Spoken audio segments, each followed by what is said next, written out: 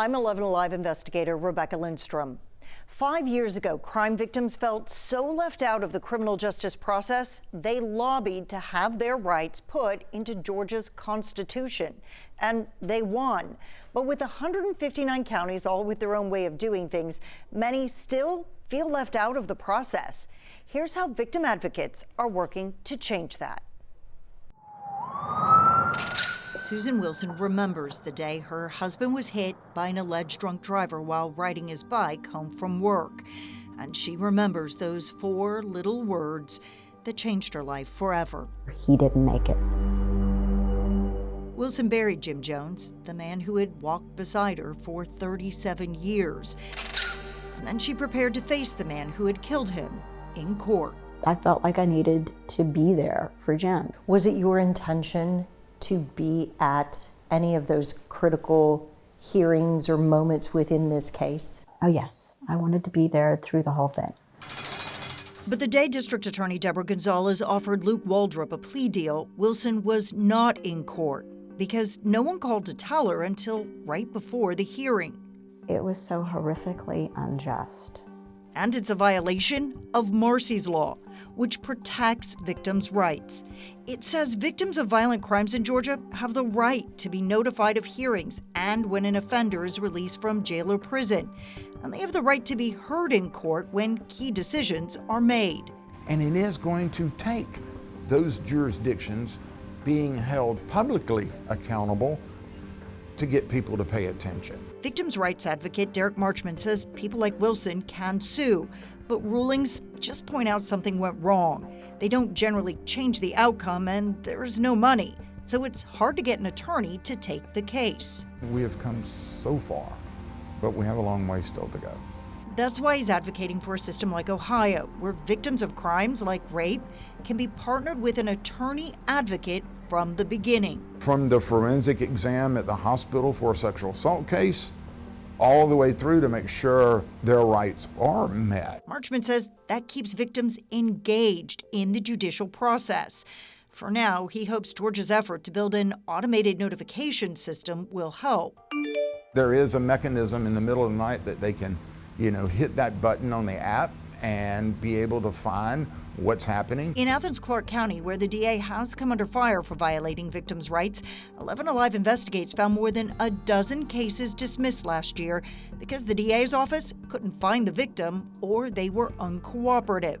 I was trusting that I would be kept informed. While Wilson's voice in court that day may not have changed the outcome, she would have had a chance to remind everyone why they were there, to tell the story of a 68-year-old man that was still living a life full of adventure.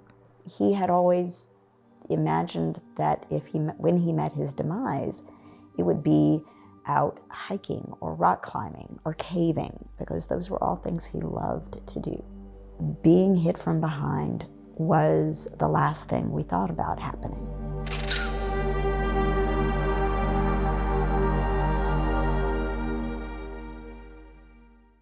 In January, the Criminal Justice Coordinating Council hired a company to build that automated notification system, but say it will still take at least a year to get it running. While the notification system should help once the courts get involved, one Atlanta-based company is going high-tech to protect victims' rights as soon as the crime happens. Victims' rights advocate Derek Marchman wants to take Marsy's law high-tech. He's working with Exploring Digital on a virtual reality training program that starts with police. The more I can have the first contact do it correctly, the more the victim will trust the system. 11 Alive Investigates got a sneak peek at the project.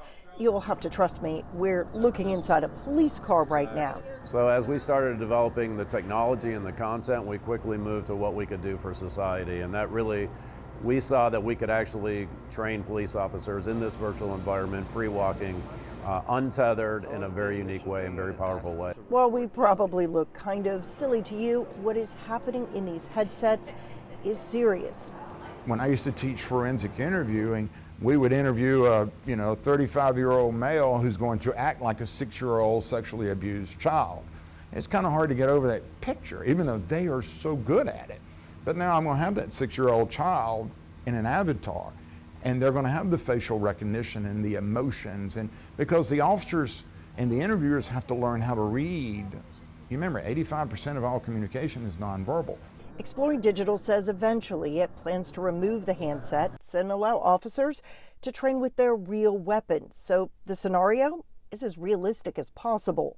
It is literally taking the classroom to the street. It is taking the classroom, to the scene, and it creates an immersion mentality, which is why we're finding out with the virtual reality is their retention rate is like 4 times higher and quicker. We talked with the mother behind the first lawsuit using Marsy's Law in Georgia about her effort to hold prosecutors accountable for violating her teenage daughter's rights. The case, a father accused of raping his daughter, who was 14 years old at the time.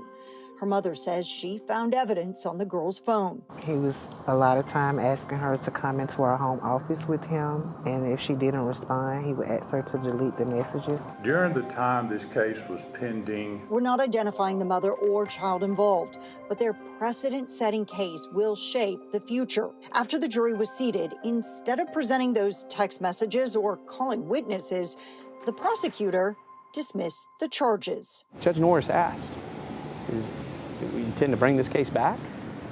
No. We're done. That is, in my opinion, such a lack of effort on behalf of the district attorneys. The court transcript is full of admissions. Chief Assistant District Attorney Robert Wilson says, I made a mistake, and a key witness was not subpoenaed. And Wilson told the court when he did try to serve that witness, she refused to take it. It was a false narrative created by the prosecutor's office in order to attempt at a continuance and ultimately a reason for dismissal. And neither one of them were valid. I have a strong objection to this. Under Marsy's Law, crime victims are constitutionally guaranteed notification of hearings and when a defendant is released. They will also have the right to speak at hearings. Because we didn't care about winning the case or not. We really just wanted to put it behind us, have our day in court. The DA wrote an article in May about the importance of giving victims and witnesses that voice. But in court, she spent 2 hours trying to stop So as you stated, Your Honor, anyone from testifying about what happened. The victim's mother was the only one allowed on the stand at the Marsy's Law hearing. do the two of you still want to go to court in a trial against Mr. and your daughter testify and you testify? Yes. The charges against the girl's father were reindicted and a special prosecutor appointed. That decision empowered another woman to come forward after learning her case had also been dismissed. Clark County Police, need to speak to Nigel Brown. I don't want it to happen to nobody else. We don't typically identify potential rape victims, but Faith Carter wants to make it clear she is willing to testify against Nigel Brown. He raped me, and he told me that he would bash my head with a cinder block. To escape, Carter says she had to leave her stuff behind. A bag of clothes, some pens, and a phone, which she says Brown stabbed with a knife. Could you tell me how I got broke? Carter also agreed to a sexual assault examination, hoping DNA evidence would back up her claim. Did you have any more female company? But Brown's DNA sample wasn't sent to the GBI until a month before trial, and the results weren't ready. Rape cases are probably the most difficult cases in our criminal justice system to successfully prosecute. Former District Attorney J. Tom Morgan says to win, a prosecutor must prove the victim was forced against her will to have sex. You really need the testimony of the victim. But when it came time to find Carter to testify, the DA's office says it had no luck. They couldn't find you. Are you hard to find? No. They knew she had gone back to Brunswick homeless. But after contacting the local sheriff and a few others, the DA's office gave up. Did you hear from the district attorney's office at all? No, not at all. Did you have any idea that this case was going to go to trial? No. Without Carter's testimony or that DNA evidence, instead of asking the judge for more time, District Attorney Deborah Gonzalez dismissed the charges. Attorney Kevin Epps is now trying to help Carter get her day in court. He shared emails obtained through open records showing prosecutors and police believe Brown is a serial sexual offender targeting the homeless community. And that is a person that prosecutors and law enforcement need to get behind bars. 11 Alive's investigation uncovered 76 interactions with police since 2020, including 3 accusations of rape. You need to take your clothes off. Carter's, though, is the only one to lead to an arrest. Gonzalez is also familiar with Brown. A judge let him out of jail because the state was not prepared for a probation hearing. Being prepared, though, takes staff, and Gonzalez only has 7 attorneys in an office funded for 17. Morgan says that can also impact the office's ability to stay in touch with victims. It is a lot of hand-holding, and without that hand-holding, victims feel abandoned by the criminal justice system. The DA's office did agree to re-indict the case after it made contact with the victim. Brown has pleaded not guilty to the charges. I will continue to look into victims' rights. If you have a story to share, you can reach me at investigates@11alive.com.